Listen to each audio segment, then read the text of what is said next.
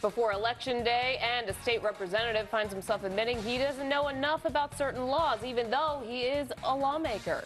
Tonight, an Action 16 investigation on how a family flooded out of their home last September now claims a state representative tried to get them to leave that home, but this time it was no evacuation. Action 16 investigative reporter Dave Bowman is here with the story of a lawmaker admitting he doesn't know landlord-tenant laws.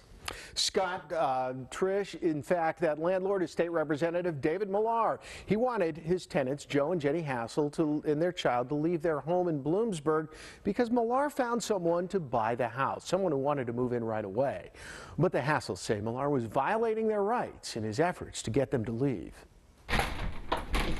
Water from the Susquehanna River flooded the first floor of the Hassels house in Bloomsburg last September.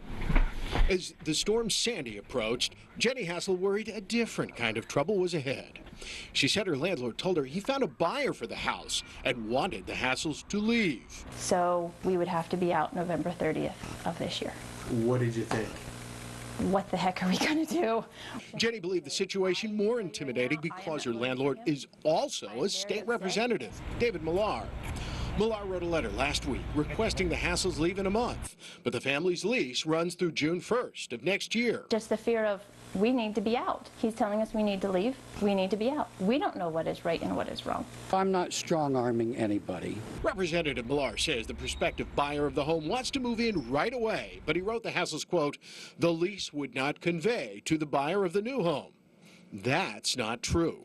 By law, the lease would transfer to the buyer, who would have to honor the Hassels' lease. And Millard cannot force the Hassels out to complete the sale. It was wrong. I was wrong. You're a state lawmaker and you don't even know the landlord-tenant law. What would you tell them? Boy, did I know you were going to come at me with that one.